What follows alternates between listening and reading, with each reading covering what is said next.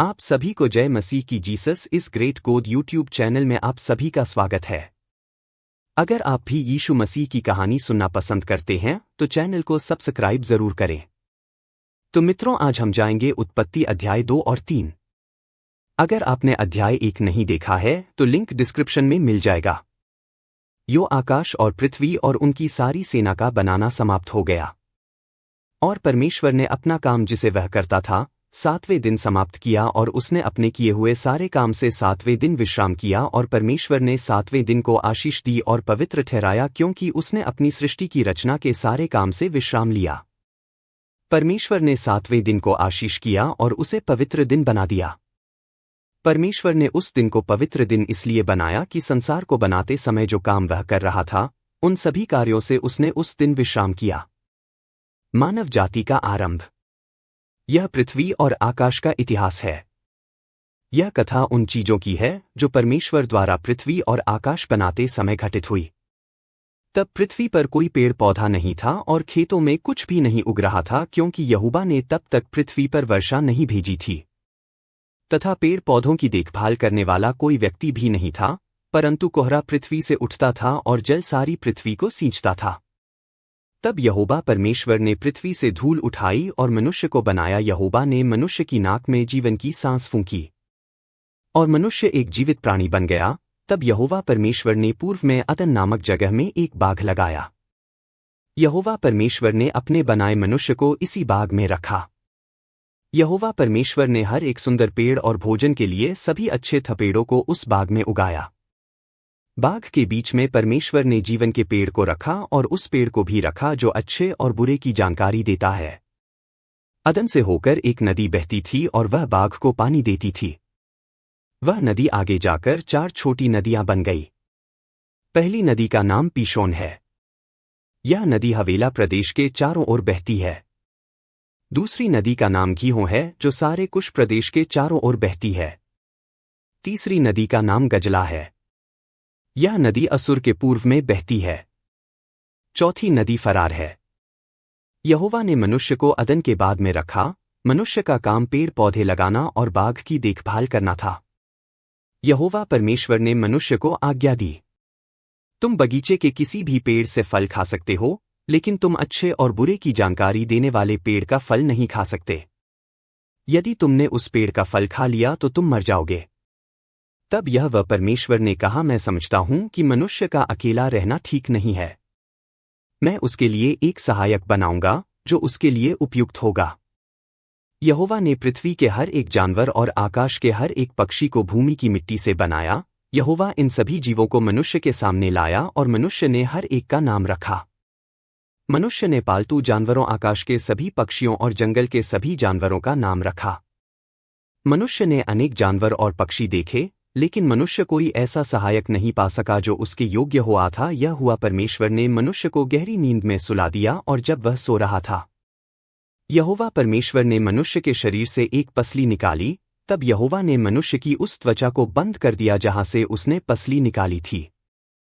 यहोवा परमेश्वर ने मनुष्य की पसली से स्त्री की रचना की। तब यहोवा परमेश्वर स्त्री को मनुष्य के पास लाया और मनुष्य ने कहा, हमारे समाने एक व्यक्ति इसकी हड्डियों मेरी हड्डियों से आई। इसका शरीर मेरे शरीर से आया, क्योंकि यह मनुष्य से निकाली गई, इसलिए मैं इसे स्त्री कहूंगा। इसलिए पुरुष अपने माता पिता को छोड़कर अपनी पत्नी के साथ रहेगा और वे दोनों एक तन हो जाएंगे। मनुष्य और उसकी पत्नी बाग में नंगे थे, परंतु वे लजाते नहीं थे। यह हुआ, परमेश्वर ने जितने बनाले पशु बनाए थे उन सब में सर्पदूत था, और उसने स्त्री से कहा, क्या सच है कि परमेश्वर ने कहा कि तुम इस वाटिका के किसी वृक्ष का फल ना खाना?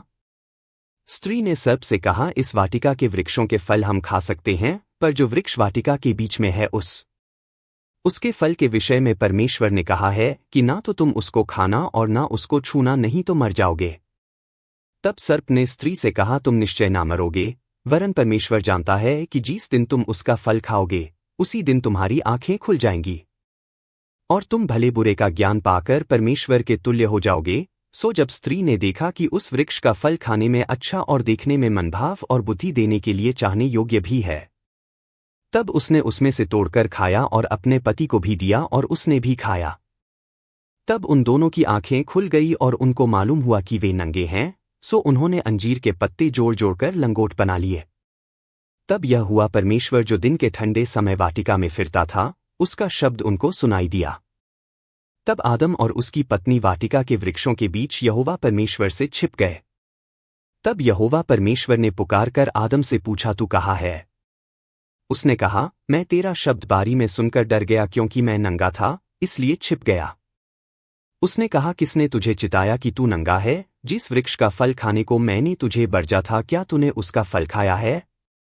आदम ने कहा, जिस स्त्री को तूने मेरे संग रहने को दिया है, उसी ने उस वृक्ष का फल मुझे दिया और मैंने खाया। तब यहोवा परमेश्वर ने स्त्री से कहा, तूने यह क्या किया है? स्त्री ने कहा, सर्प ने मुझे बहका दिया, तब मैंने खाया। तब यहोवा परमेश्वर ने सर्प से कहा, तूने जो यह किया है, इसलिए तू सब घरेलू पशुओं और सब बनाले पशुओं से अधिक शापित है। तू पेट के बल चला करेगा और जीवन भर मिट्टी चाटता रहेगा, और मैं तेरे और इस स्त्री के बीच में और तेरे वंश और इसके वंश के बीच में बैर उत्पन्न करूंगा। वह तेरे सिर को कुचल डालेगा और तू उसकी एड़ी को डसेगा। फिर स्त्री से उसने कहा, मैं तेरी पीड़ा और तेरे गर्भवती होने के दुख को बहुत बढ़ाऊंगा।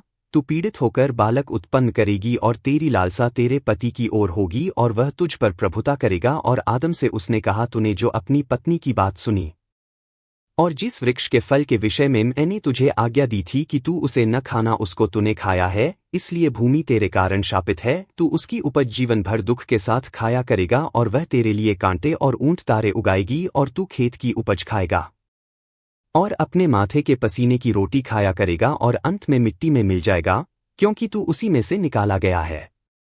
तू मिट्टी है और मिट्टी में ही फिर मिल जाएगा। और आदम ने अपनी पत्नी का नाम हवा रखा, क्योंकि जितने मनुष्य जीवित हैं उन सबकी आधी माता वही हुई। और यहोवा परमेश्वर ने आदम और उसकी पत्नी के लिए चमड़े के पोशाक के बनाकर उनको पहना दिए। फिर यहोवा परमेश्वर ने कहा, मनुष्य भले बुरे का ज्ञान पाकर हम में से एक के समान हो गया है, इसलिए अब ऐसा ना हो कि वह हाथ बढ़ाकर जीवन के वृक्ष का फल भी तोड़ के खा ले और सदा जीवित रहे। तब यह परमेश्वर ने उसको अदन की वाटिका में से निकाल दिया कि वह उस भूमि पर खेती करें जिसमें से वह बनाया गया था। परमेश्वर ने आदम को बाग से बाहर निकाल दिया। तब परमेश्वर ने करू स्वर्गदूतों को बाग के फाटक की रखवाली के लिए रखा। परमेश्वर ने वहां एक आग की तलवार भी रख दी। यह तलवार जीवन के पेड़ के रास्ते की रखवाली करती हुई चारों ओर चमकती थी। तो मित्रों, आज के लिए बस इतना ही। उम्मीद करते हैं कि हमारा यह वीडियो आपको पसंद आया होगा। अगर पसंद आया तो वीडियो को लाइक और शेयर करना बिल्कुल भी ना भूलें, और चैनल में नए हैं तो सब्सक्राइब जरूर करें।